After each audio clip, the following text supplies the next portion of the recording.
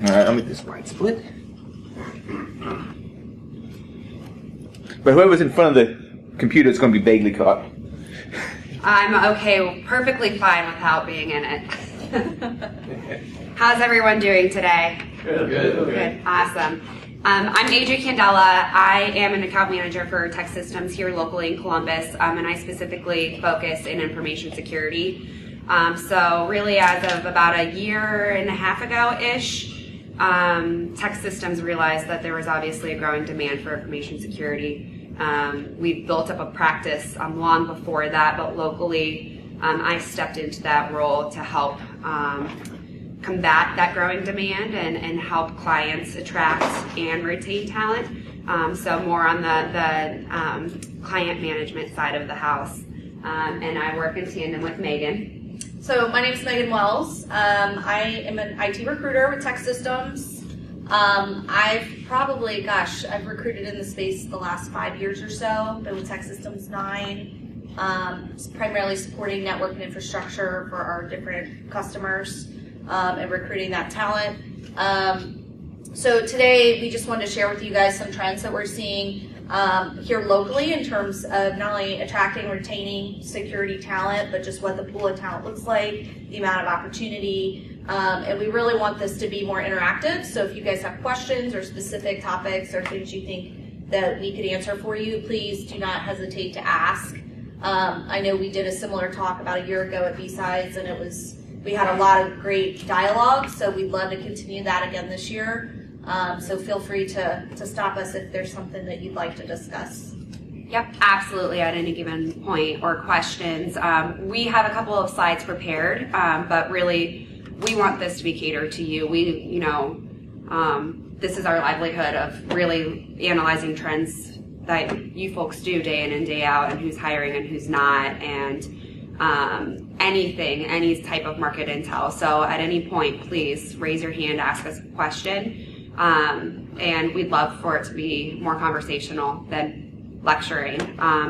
Just to gauge the audience, show of hands, how many people, if any, in here are in a hiring capacity?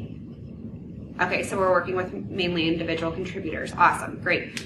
Cool, so we'll go ahead and get in. So when you look at Columbus locally, there's just a hair over 1,000 information security professionals. What is very interesting is when pulling this information about a year ago for BSides, there was only around 700 resources locally in Columbus at that time. So the good news is it's grown, but not quick enough. The other really cool thing to note at this slide is that the unemployment is super, super low. And what you'll see is when you equate it to, when you factor in frictional unemployment, those who choose to be unemployed, the unemployment for information security professionals is, as I'm sure you guys all know, in the negatives. Excuse me. Also, I don't know if you can really read it on here, but this gray circle right here, that's the National Information Security Labor Force. That has also grown from 70 to close to 80,000 over the past year. But what it pretty much means is companies are battling for the same talent. There is a deficit of quality talent and a surplus of openings here locally and nationally. So when we get into the overview of the Columbus market, as many of you I'm sure suspect, it's continuously risen year over year. Last year was the same.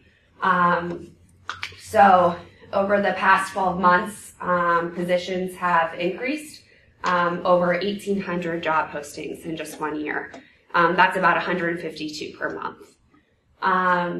Also, with the average salary, that is the average salary of the most frequent jobs in information security. So your security engineer, your security analyst, risk analyst, and security architect. That's the average for all of those positions. But also, while the salary increase for the general IT market is 2.5% year over year. For security, it's actually flip-flopped. It's 5.2%. So that's great news for you all. And it's also continuously growing. So this is just, if you scale it back and you look nationwide at the number of information security jobs posted, it's 250,000. If you were to take all of those 79,000 professionals nationally, have them all take new jobs this year, still 68% of those jobs would go unfilled. So there's a huge talent deficit. Also great for you guys. And we'll get into why that matters and how that matters a little bit later with Megan. And then this is for Columbus specifically. So when you look at it, I wish they had it meshed together, but when you look at the trends in the market locally with the number of job postings, it almost mirrors that of nationally if you flip-flop it back. We used to have a chart that actually had the schedule of major breaches like Yahoo or Blue Cross Blue Shield, etc. And with the influx of physicians also was when those breaches happened. So there's a direct correlation with that. So diving in even deeper, who's hiring? Of course, everyone. The short answer is everyone, yes. Right. But obviously financial institutions lead the way with JP Morgan Chase. PNC's up there. You've got healthcare as well, but with a diverse economy like Columbus, you really have everyone hiring. And 1,800 information security jobs. Really, we're working with 1,000 people. This demand's definitely there. And a lot of people are fighting for the same talent. I blew through that really quickly. Does anyone have any questions? What's that table sorted by? The people that hired the most over the past year. Yes. You mentioned qualified talent. What's driving qualification? Can you? You mentioned qualified talent. Mm-hmm. What's driving qualification? Is it education? Is it experience? Is it expectations? That really varies from client to client. But to answer your question, typically I would say experience. A lot of people, the bulk of people are all fighting over the same tenure of security professional, and I would say that's the security analyst that has about 3 to 5 years of experience. So they're fighting over the same type of resource. Any other questions? Your statistics, I'm curious how much overlap there is, like in the job advertisements. Let's say Tech Systems has, looking for a network engineer for company A, but your rival, is also posting the same job for company A. Sure. So do you take that into account in the stats? For So the these are number of full-time job roles. postings? Yep. This is my marketing team full-time positions. So any of the Tech Systems roles or, any other company A, company B, company C, those were taken out of it. So these are direct postings Yep. from these specific customers. Mm-hmm. Cool. So as we talked about, I'm sure this is no surprise to most people in this room, but security, in terms of CIO priorities, security came up number 6 as a CIO priority last year. Now, with that being said, you can see, obviously, security overlaps with a lot of these areas. So I think it would be unfair to say it's number 6, end all be all, because security is going to overlap with cloud and infrastructure and data center and some of those other things. But it's definitely continuing to stay a top priority into 2017.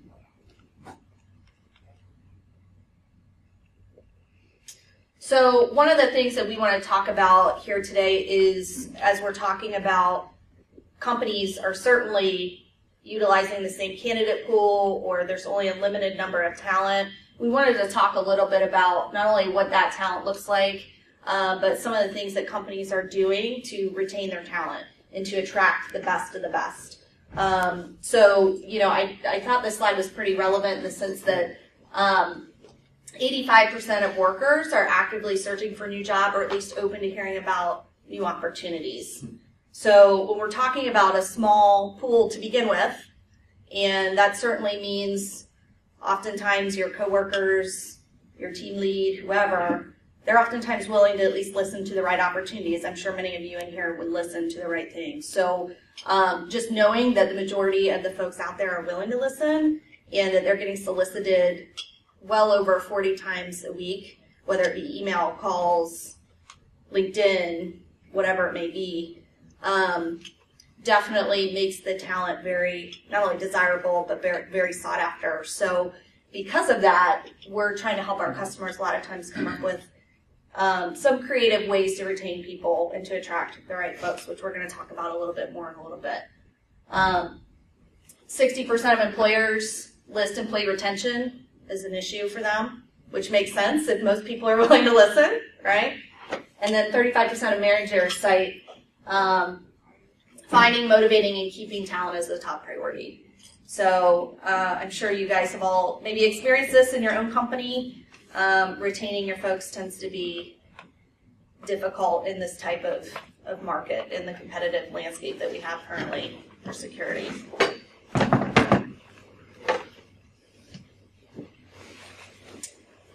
So one thing we wanted to touch on as well, which I think is definitely relevant in our business, but as we're talking about retaining and attracting the right talent, is kind of how this game of telephone sometimes work with job descriptions.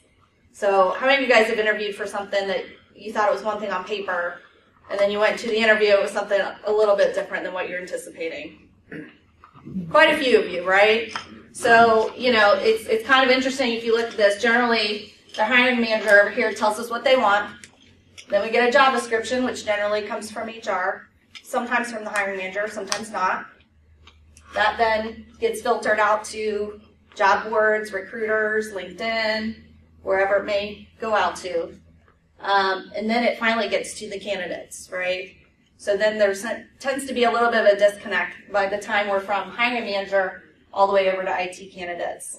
Part of that is because sometimes the hiring managers aren't the ones developing the descriptions. Sometimes they're using an old HR description, or maybe it's been modified slightly, but maybe not necessarily speaking to exactly what the customer really wants. Or sometimes there's some, we'll say, lost in translation issues by the time it gets to the candidate. I'm sure we've all seen that happen before. Then candidates tend to tailor their resume, right? Because we want to make sure that we are a good fit for the job on paper. And then by the time it gets back to the hiring manager, those resumes may or may not fit the bill. So, you know, it's definitely something that we work with our customers on, of having a really good job description, because that's going to help us find you the right person the first time around, versus kind of going through this whole wheel, which isn't always the most effective, we'll say. Mm-hmm. And believe it or not, I mean, this percentage down here, only 18% of people find their jobs on job boards. Most of it comes from networking. So it's just interesting how that all kind of comes to fruition. You guys have experienced this, right? Maybe some facet or another? And I think this is definitely a result of automation in general, too. Anytime anything is just done over the internet, it's with, at least as it relates to finding that correct job, there's a lot lost in translation, and a lot of people are perfecting resumes so that they can sneak through the tool or have keywords highlighted and make it through a vendor management system. And then it gets to the hiring manager and they make it into an interview, but can they really do the job? Who's to say?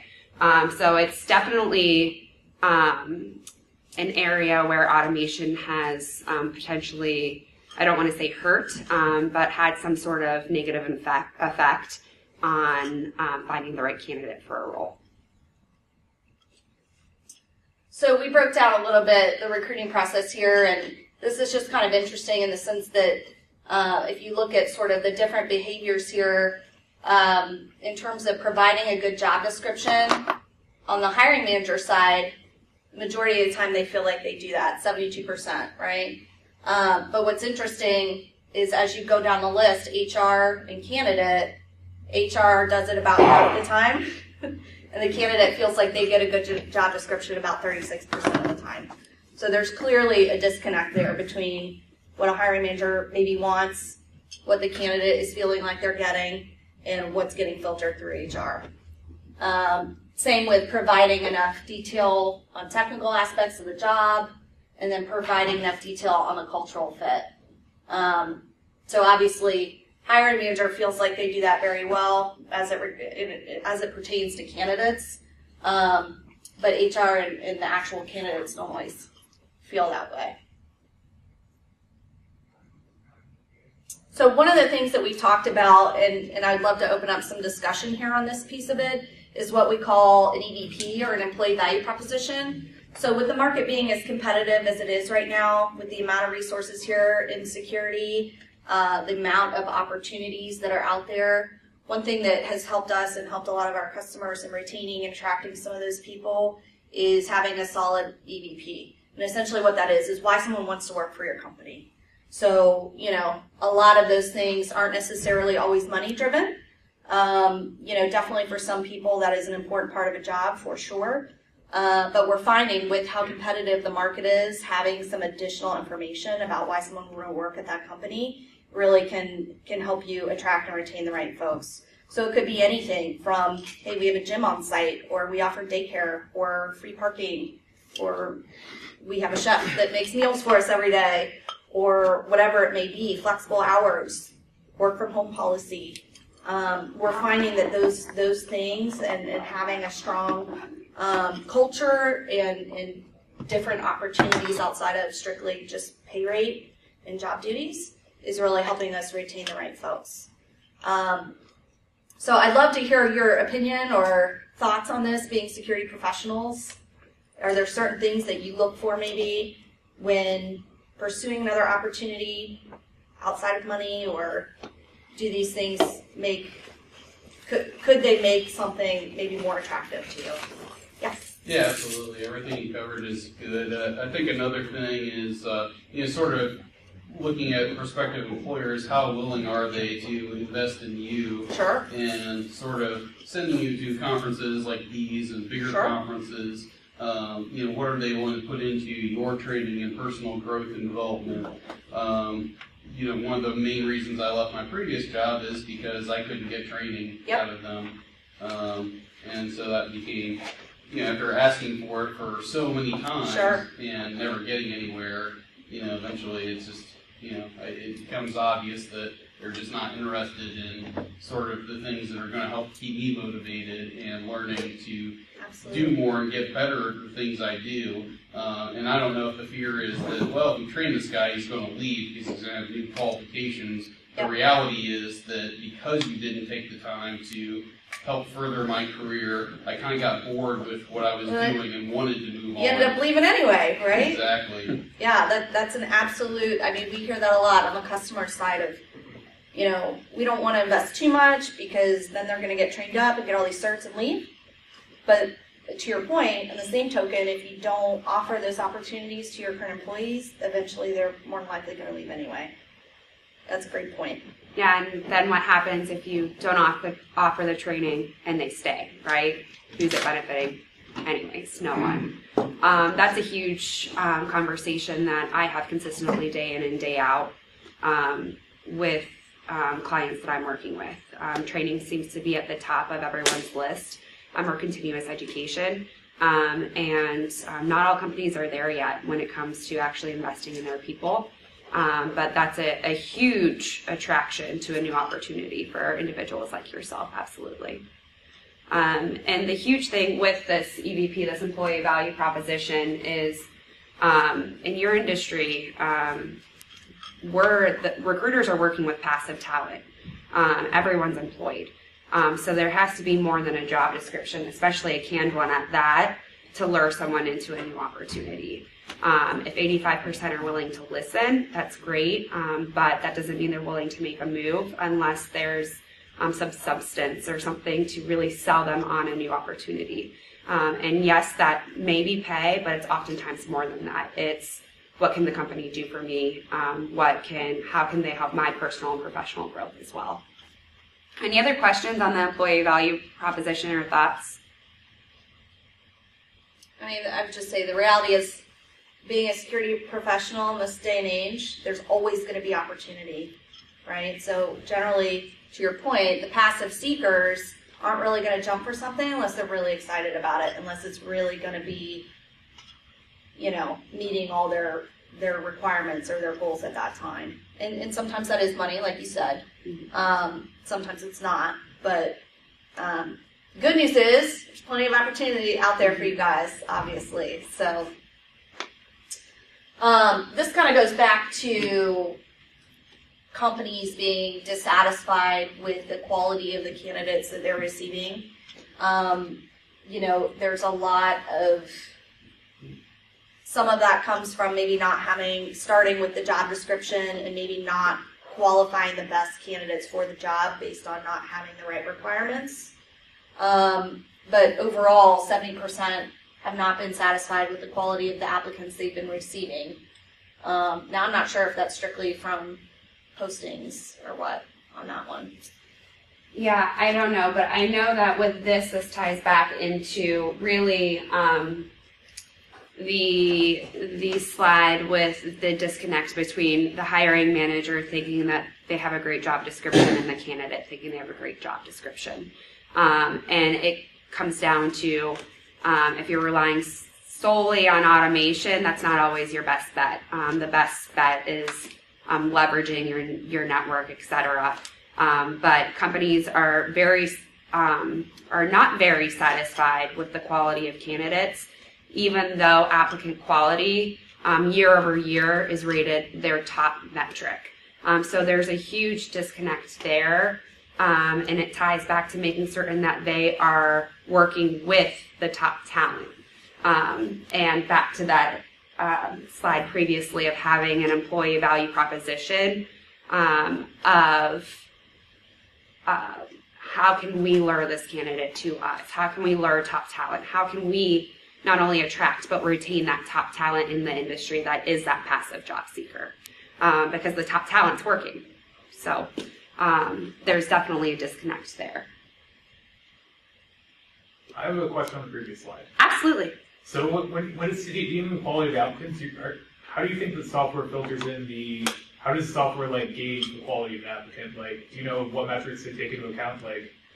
I don't know as far as a company software. I think there's a multitude of different softwares that they can go with to screen candidates. But what that lacks is the ability to screen for cultural fit, personality fit, which is equally, if not oftentimes more important than just a technical fit alone. And what companies are finding is that software is screening, but they're screening resumes that have been edited to make it past that screening. So I don't know specifically what all they look for. I know typically it's a keyword search or a highlighter search. Does that answer your question? Do you think the way they're actually looking for talents might be the reason why they're getting such bad talent? I mean, if everything's keyword-based and they're not actually reading the resume up front? Absolutely, especially in the information security world. I think the best way is to leverage networking, get out at events like these. You're 74% more likely to land a job through networking, and it's over 54%. 54 times more likely to land a job through a referral, so knowing someone that's at that company. So I think the best way is to get out in the community, and it becomes very difficult when you're relying solely on a job posting or an applicant tracking system.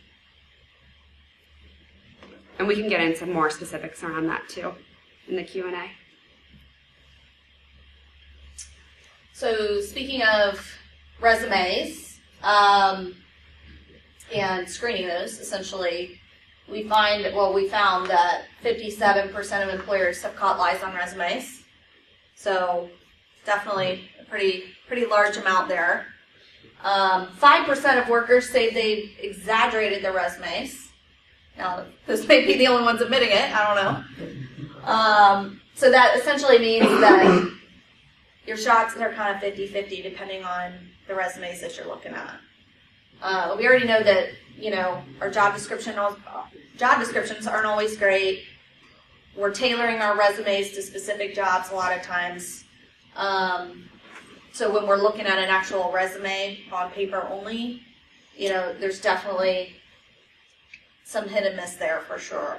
Did you actually say 57% lie on resumes? 50% of employers have caught lies on resumes. Lies on resumes, right? Like working with the technology before it actually existed, or happens all the time. That number just shocked me. Really? I can't imagine anybody lying on a resume. Mm-hmm. I'm sorry. I'm I'm in a different world. Oh, that's all right though. That's for experience beyond how long a technology has been out before as well. Yep, all the time. might say they have 5 years of experience with something that's been out for a year. And the crazy part is the average person or candidate, I should say, spends close to 20 hours tailoring their resume for a job description on average. And the manager looks at it for less than 60 seconds. It's crazy. I'm in the wrong generation. Going along with sort of some things that our candidates want and that passive seekers want is, one thing in particular is interview feedback. So how many of you guys have interviewed for a job and never heard anything? Quite a few, right? Yeah. Or maybe said, hey, you're not a fit. What does that mean? Right? So 94% of people definitely want that feedback, but unfortunately less than half actually receive it.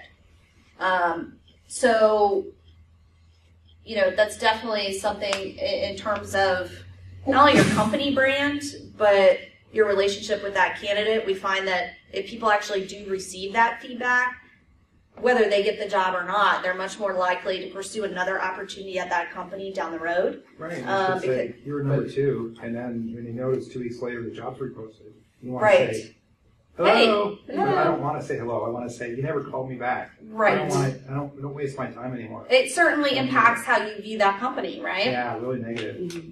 Absolutely. Yeah. I have to say on the other side, if you're lining up 10 people and you interview all 10, it isn't that the 9 that you chose are missing or really poor of anything. Sure. It's just you chose the best. So it doesn't necessarily. A lot of people, you may say, well, I found something wrong in your resume or you didn't match the job, but there's certainly a lot of talent out there. You're not. It's hard to give feedback when you're choosing from good people. Mm-hmm. I can just say it that way. It's just, Sure. It's just the way it works. And this information was pulled from a LinkedIn study a couple of years back, and they essentially polled, I think it was 20,000 plus IT professionals from 39 or 40 different nations. And it was consistently the same feedback, that they all wanted that feedback post-interview, and they weren't getting it. And what it got down to, and if there was more hiring managers in here, we would maybe spend some time talking about this, but the candidate experience is crucial nowadays. It's not just the company interviewing the candidate, it's the candidate interviewing the company. And the weight that people put on the interview for making their final decision is so great anymore. So it's something like an 80% of candidates say that the interview, whether they get the job or not, makes or breaks their decision for taking the job. And so that candidate experience and making people feel like they are a part of the team and they are wanted is critical in finding that talent as well. And really that's your opportunity to sell that candidate on your company and your organization. And we're all competing for the same talent in information security. So that's really, really important for our companies to start thinking about the candidate experience when it comes to interviewing and finding that talent. So that's a nice segue into just sort of some closing thoughts here before we kind of open it up to any questions or anything like that. But obviously, retention strategy has never been more important. Part of that is the interview process, I would say. Some of that's going to be your EVP, giving feedback, all those things that we talked about. Obviously, having a strong EVP is definitely going to help your organization. It's going to help you retain people. Making sure that we're actually, as a recruiting force, talking to people versus strictly LinkedIn and messaging and emailing. That definitely goes a long way. There's no silver bullet, obviously, in terms of technology. And make sure we're attracting the top talent across the board. So one thing I was going to say to your point in terms of the consultant experience, which I think would be a good thing to maybe talk about a little bit now that we have a little bit of extra time here, is I'd be curious to know kind of what some of your experiences have been, what certain things have maybe made the difference when you've been considering a position or even throughout the interview process. I'd love to hear from you guys.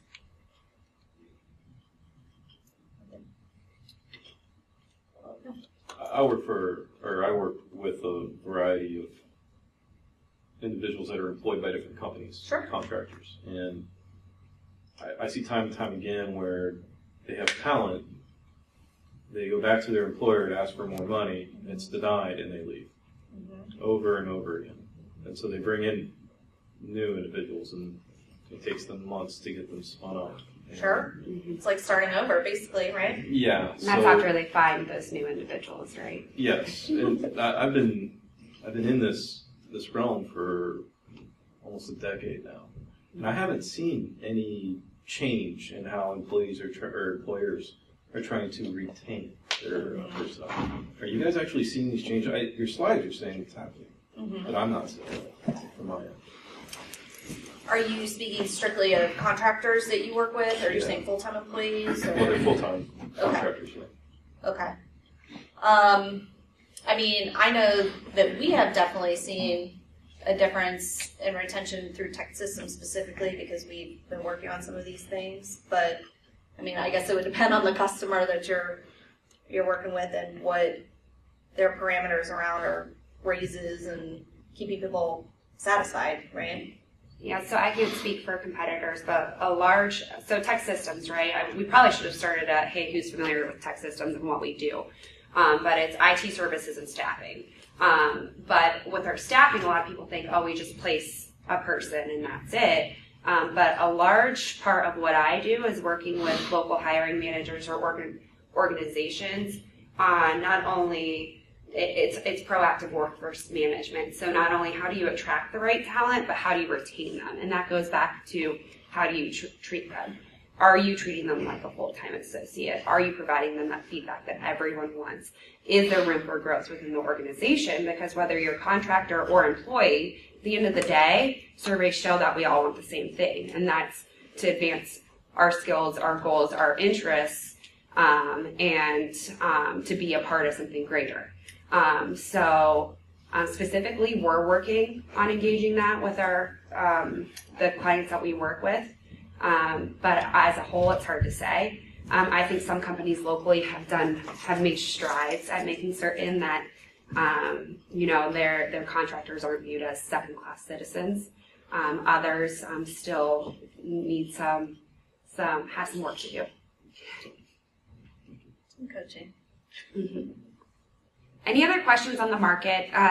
We wanted to make this as tailor the conversation as specific as we could to you all, and we didn't know who was going to be a part of our audience. So if you have any questions, it doesn't have to be with slides. It could be anything really as related to the Columbus market or job opportunities, etc. Do you see the private and public having the same trends? For the most part, yeah. There's not a huge difference. I'm sorry? I recently switched from 7 years of DOT to the corporate world, and it seems very similar. Yeah. Not a lot of difference. I thought I always think it's a different. Yeah. As a contractor, it doesn't. Maybe if you were, I don't know. Yeah. No, it's really kind of goes back to the same thing I just said at the end of the day. We all want the same things, and year over year, what we do is we poll our clients, we poll our consultants, and there's not a huge difference in anything. I was specifically thinking of the hiring trends. Same. I mean, we're all dealing. If anything, when it comes to government, it's tougher to find people that are cleared. Clearances. Yeah. Are messed up. A little confusing. Plus, the government can't pay them what they work. Yeah. That's another. A lot of times that is the case. Mm-hmm. So you were asking things that motivate us when we're looking for jobs. I can definitely say one thing that makes me not consider companies is, I was actually just talking to somebody else about this. Information security in Columbus is kind of a small community. Mm-hmm. So a lot of people talk, and there are definitely companies in this area that have reputations for being a crappy place to work with bad managers. Not here in Columbus, no. Yeah, so, I mean, that's a big thing for me. I can think of at least 2 companies specifically that I will never get a job for. What companies? Hey, you're being recorded, by the way. Do you see any movement from the HR side or maybe from more senior leadership to try to get rid of managers who aren't treating their people properly so that they can change that culture and fix that and actually get talented people in? Not that I'm privy to. Typically, I'm working with hiring managers, and what I deal a lot with is kind of having to call their baby ugly and say, hey, here's what your reputation is like in the local security market. Here's what people are saying or have said. You've got a long road ahead if you're going to do hiring, and so how are we going to combat that? What can you offer? What can you promise? Because the last thing that we want to do if we're partnering with an organization to find them needs is place someone that's not going to be a fit under false promises. So it's not going to make us look good, it's not going to make that candidate look good, and it's not going to help the company meet their business needs. So when you tell them their baby's ugly, do you find that they're receptive to that, or is that kind of shut? That's the question, right? That is the question. It depends on who you ask, but a lot of times, yes. A lot of times, people don't know what's being said about their company or what's going on in the local industry because they're working 50, 60 hours a week. They don't get out to networking events. They don't know any differently. So that's kind of up to us to provide that consultative approach to help them with that. Do you ever steer them to like a glassdoor.com where they can see what people sort of think about them? No, but that's actually a good idea. Not specifically, because what we're tasked with is, hey, what is the information security market saying, right? Not what other lines of the business are saying, or teams per se. But we do oftentimes talk with them about what we hear, what has gone on. Obviously, as you know, people in IT tend to change positions every 2 years on average. So sometimes it's a manager that inherited another manager's mess, and they may be good-willed and good intentioned, but they're dealing with the wrath of what was before them. So educating them on that, and coming up with strategic ways to get around that. Excuse me. It can be a challenge, though. Yeah, as I said, there's kind of an ebb and flow sometimes to bigger organizations that have bigger IT departments, whereas your smaller companies, they tend to treat everybody, about the same, and so there are some that sort of have, weird things that aren't really well received in the workplace nowadays. Somebody has to travel a great distance, and you're docking them 15 minutes of PTO time for every 5 minutes they're late, when they can't do anything about a bad traffic jam or car accident. Even things like, a very stringent dress code. There's still a few places that try to, really force a really strict dress code policy. Yeah. Where, for example, men would have to wear a long sleeve shirt, regardless of what the weather's like outside. Long sleeve button down shirt when it's 90 degrees outside and 80% humidity is not, exactly someplace that I want to be, And there's some places that will just micromanage everybody across the board. They don't make exceptions. They won't figure it out. Right. Yeah. The sad thing is they seem to not. And they will fail, and then we'll be okay. Yeah, they tend to get a lot of young college people in, and this kind of becomes a an intern sweatshop. In a lot of these cases, it's sort of sad to see, because you see sometimes there are good companies that have really great products. They're doing good things that they just sort of manage their people better. They could actually. Well, people don't leave the company; they leave the manager typically. Yeah, so. I think that's probably spot on. Aaron? So I've gotten to calling it the 3 C's of InfoSec talent, retainment and recruitment, right? Mm-hmm. Cash, culture, and continuous improvement. If you're looking for talent, you have to be willing to pay them. You have to have a culture that's worth working in, and in continuous improvement, you have to keep training them, because we're all knowledge workers, and skills change and things change, and we all need that training, right? Mm-hmm. Without those 3 things, it's really hard to find and keep people, even if you do find them. Mm-hmm. Were you on our marketing research team? Because that's exactly what they came up with, pretty much. That's my dirty kind of talk in a nutshell. Yeah. That's my talk. But that you're spot on with that. Yes, cash, money talks, but only so much, right? And it comes down to really the latter 2 of continuous education and the opportunity for training and advancement in the culture of the company. Huge. So when you're talking about continuous improvement, what are some things that you are like what are the concepts you're improving? Is it mostly survey-based or content-based? So we can all sort of argue out the merits of certs, right? Mm-hmm. So whether or not those are good, and what provider is good, but finding avenues for your employees to grow their skills, either sharpen ones they already have or develop new ones.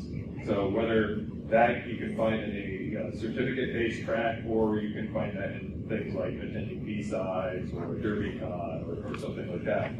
Whichever way you want to go with that. What's suitable is going to be dependent on the individual. Absolutely. It's going to be dependent on the individual, your organization, and what their job function is and where they want to go in their career. You had a question? Going back to the Glassdoor comment, you said you're only looking at the InfoSec side.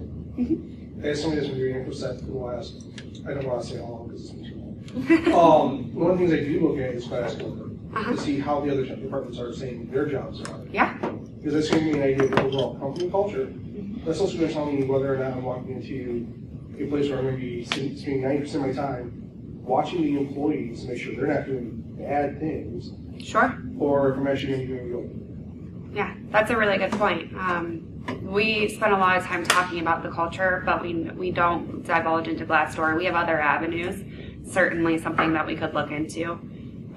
We do a lot of pooling salaries, too, for local companies and what the averages are to help with increase of salaries for people and retaining the right attracting and retaining that talent. But there might be something to be said to looking into more of what the other lines of the business are saying in regards to the culture itself. Absolutely. Do you have that salary data? I would be interested to see that. Not on this computer, but yeah, it's something that I do work with companies to pull, hey, what are the averages if you're looking for a security architect, but you want to pay, I don't know, $70K, is that really going to attract the talent, the level of caliber that you need for that associate? Probably not. Here's what the median is, here's what the top percentile is making, and here's what the bottom percentile is making. If you want that bottom talent, then maybe, but. Do you guys publish that somewhere, or is that something that companies pay? No, it's a free service, but we don't have it published anywhere. We typically pull it for people. Sounds like you might be willing to email this gentleman. Sounds about right. But yeah, absolutely, that's something that we do, and that's really free of charge. Like I said, it kind of goes back to when and if there is a need and we do help them, we want to make certain that we're not only finding, attracting the right talent, but someone that's going to stay there. So are you in line with that salary band? Because if not, you're just going to look for the next best thing. And that does everyone a disservice. Any other questions? Are you seeing any talent being able to be pulled in from other areas? I know the country's kind of the same situation in Columbus, but are you seeing talent move from city to city more often? Yes. Yes. Yeah, I would agree with that. In the audience. I used to recruit security nationally for a lot of different customers for tech, so I can tell you I've had a lot of success bringing people to Columbus specifically for a lot of reasons, right? It's a very affordable place to live, but yes, I would say people are coming in from out of town. And if you look at the sheer... Can do that, though. What was that? Not all companies can do that, though. No. True. If you look at the sheer numbers, too, last year I pulled up the same numbers. I had numbers pulled for the amount of security professionals locally, and it grew by 300 to this point this year. So BSides last year, this year grew by plus 300 information security personnel locally. Any other questions? Well, thank you. Feel free to grab us if you do and you want to talk offline. We appreciate your time. Thank you.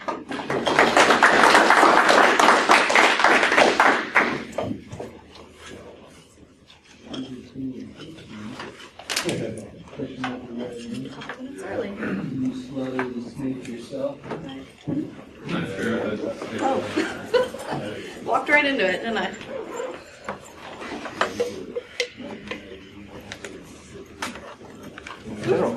Sure.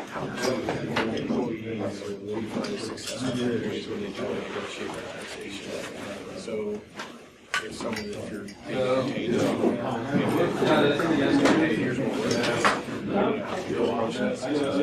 I think general rule of thumb is full of your role. Well, I wish I hadn't missed the first part of the DNS talk. How has your role changed? Essentially, what additional responsibilities? DNS sec. He said he's got the way this one talk is Or whatever, and do some research on like positions and elsewhere, what that is. Yeah, because it's elsewhere. It's not formal. Compare that to that discussion becomes a different discussion. Yeah. Yeah, I was wondering because Yeah. Well, and I think as long as you can justify, to your point, Okay. hey, here's what I'm doing. Here's the data. along with outside Absolutely. information. Just would like to